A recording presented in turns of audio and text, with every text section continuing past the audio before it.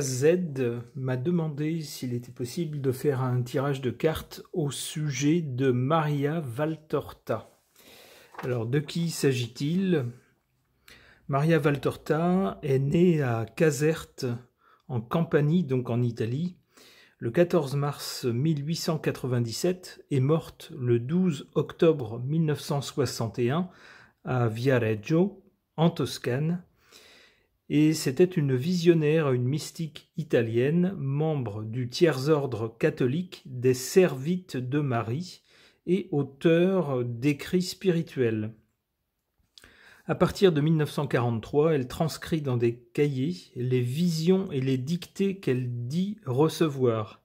Les passages évoquant des scènes de la vie du Christ sont publiés sous le titre « L'Évangile tel qu'il m'a été révélé ». Interdit de publication en 1949 par le Saint-Office, cet ouvrage est pourtant publié en Italie de 1956 à 1959. Il est mis à l'index des livres interdits le 16 décembre 1959. Malgré l'abolition de l'index en 1966, les autorités catholiques continuent de ne pas reconnaître d'origine surnaturelle aux visions et aux dictées de Maria Valtorta. Alors, donc je suppose que l'idée de A à Z, c'est de savoir, essayer de pouvoir se faire une idée, elle doit douter sans doute elle-même, de la véracité du caractère divin ou surnaturel des messages qu'elle a reçus. Alors, on peut toujours essayer, c'est vrai, un tirage de cartes pour voir ce que les cartes suggèrent au sujet de cette dame. J'interroge le tarot de Marseille.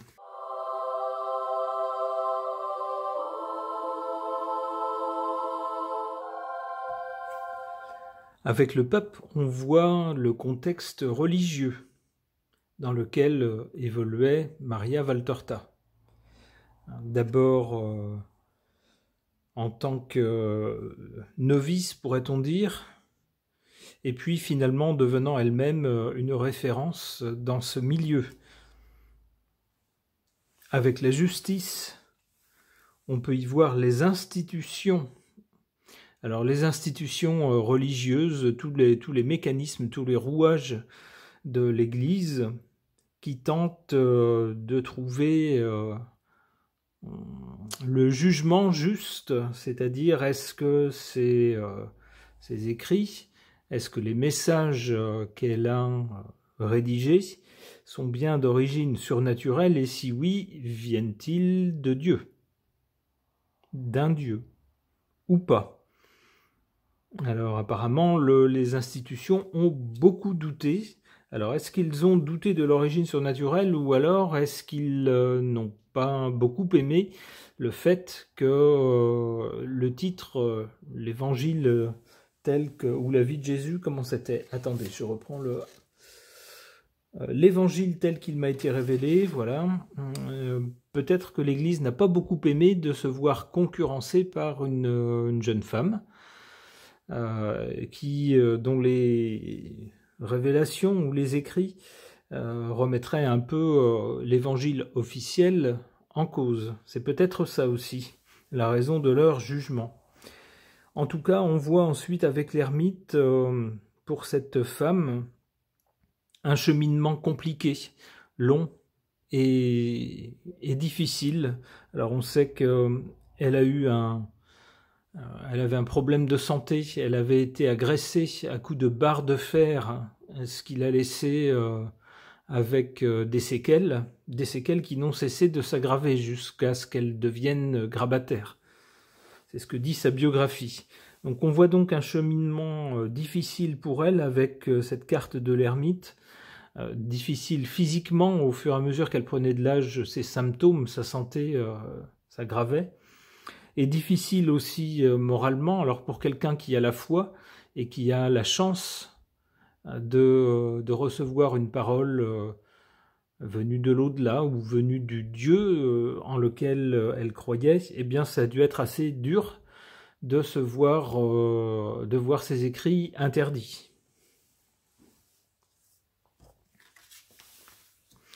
Mais je reviens sur cette carte-là de l'ermite. L'ermite, on le voit avec son lampion, sa lanterne, apporte la lumière, on pourrait dire. Il cherche la voie authentique, et c'est pour ça qu'il est seul, et c'est pour ça que son chemin est difficile, parce que c'est toujours plus facile de prendre des raccourcis, de s'arranger avec la vérité, etc.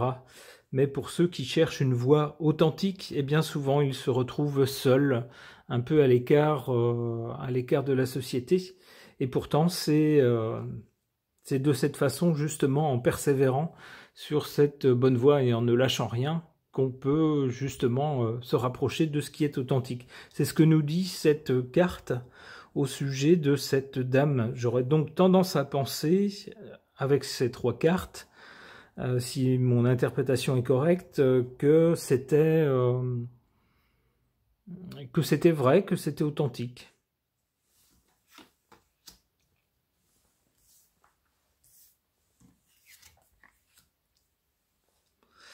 Bon, et bien là, ça confirme tout à fait ce que je pensais, ou mon interprétation. On voit ici qu'en carte favorable, on a la carte de la tempérance, mais j'y vois surtout un ange. Un ange qui fait passer quelque chose d'un endroit à un autre. Alors, un ange marque pour moi la nature extraordinaire, divine pour ceux qui croient en Dieu, en tout cas extraordinaire des messages de Maria Valtorta. Et puis on voit justement les messages peuvent être matérialisés par ce flux qui passe d'un endroit à un autre, ou d'une personne à une autre, ou d'une entité, celle de l'ange par exemple, à une autre, en l'occurrence cette dame, Maria Valtorta. En sa défaveur, on voit ici tout ce qui est organisation, gouvernement, organisme, ce genre de choses qui jouent en sa défaveur, hein, ici, qui sont en position défavorable contre elle.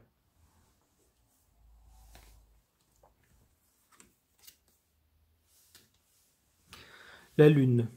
La Lune indique que malgré tout, malgré son cheminement, malgré son exigence d'authenticité, malgré le fait que on ne voit pas trop qui aurait pu lui communiquer ces messages, à part une entité surnaturelle, eh bien persiste avec la Lune un doute, une inquiétude.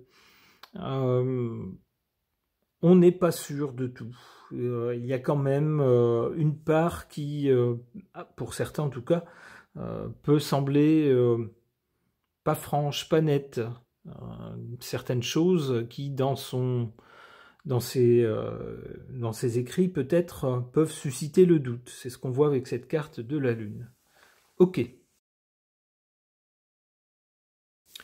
Concernant Maria Valtorta, et pour essayer d'en savoir plus au sujet de cette personne et des messages, des écrits qu'elle a laissés, j'interroge ce jeu, le Nouveau 32.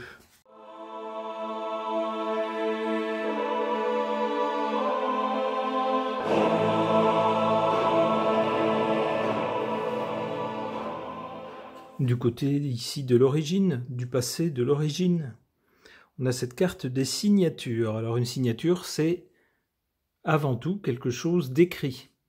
Alors maintenant, on a des supports numériques sur lesquels on peut signer également, mais ça reste un signe écrit, une signature. J'y vois donc les écrits de Maria Valtorta.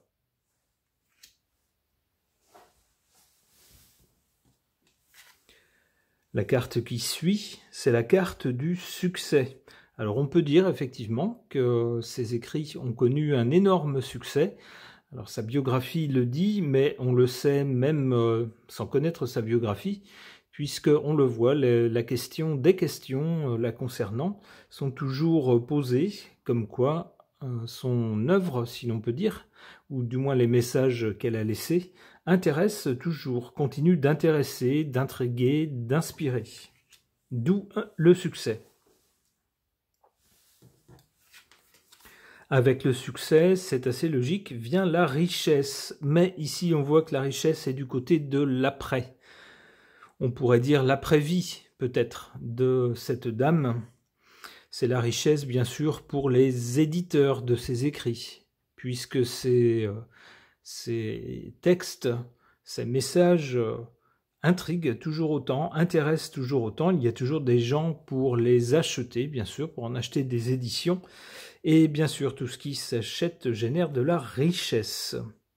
On peut y voir également, bien sûr, un legs non plus matériel, mais un legs spirituel, une richesse spirituelle qu'elle laisse et qui permet à des croyants qui peut-être pourraient être un peu déroutés par certaines réformes très modernes de l'Église ces derniers temps, ces dernières années, et des prises de position pour le moins étonnantes du pape, du chef des croyants.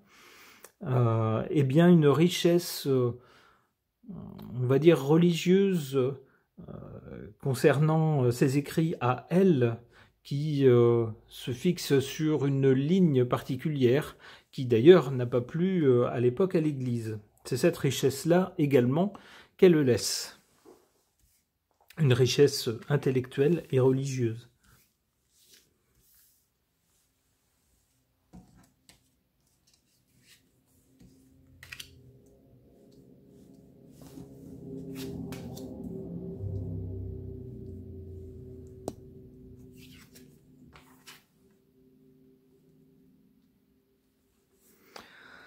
En carte défavorable, ici on a le retard, contretemps, obstacle, nous dit-on. Oui, en effet, de son vivant, son œuvre a été interdite, et donc sa publication et sa diffusion et son succès ont été retardés, c'est bien le cas. Cette carte est bien à sa place ici, on le constate dans la diffusion de son œuvre. Il y a eu un retard dû au fait que l'œuvre était mise à l'index. Comme pour répondre à ce retard, on a ici en carte favorable, cette fois-ci, l'invitation. Une invitation, qu'est-ce que c'est? Ça pourrait être justement à l'occasion de ce tirage, ou peut-être même pour des personnes qui ne verront pas cette vidéo, mais qui auront entendu parler de Maria Valtorta par d'autres sources. C'est une invitation à se pencher sur ses écrits, alors qu'on soit croyant ou non, qu'on soit de la religion chrétienne ou pas, peu importe, des révélations par des mystiques, quelle que soit leur religion, peuvent toujours s'avérer intéressants et source de réflexion, qui remettent parfois en question notre conception du monde et qui parfois nous posent de nouvelles questions. En tout cas, c'est toujours intéressant de lire ce genre d'œuvre. C'est une invitation, on le voit avec cette carte, une invitation à prendre connaissance ou peut-être lire quelques extraits des messages reçus par Maria Valtorta. Alors pour résumer, si je me fie aux 2 tirages successifs, je répondrai à la question de AZ, qui semblait être un peu perplexe face à Maria Valtorta. Eh bien, j'ai l'impression, je dis j'ai l'impression, je n'affirme rien, bien sûr, chacun se fera son opinion, j'ai l'impression que le message est authentique. Ce tirage est maintenant terminé, merci de l'avoir suivi.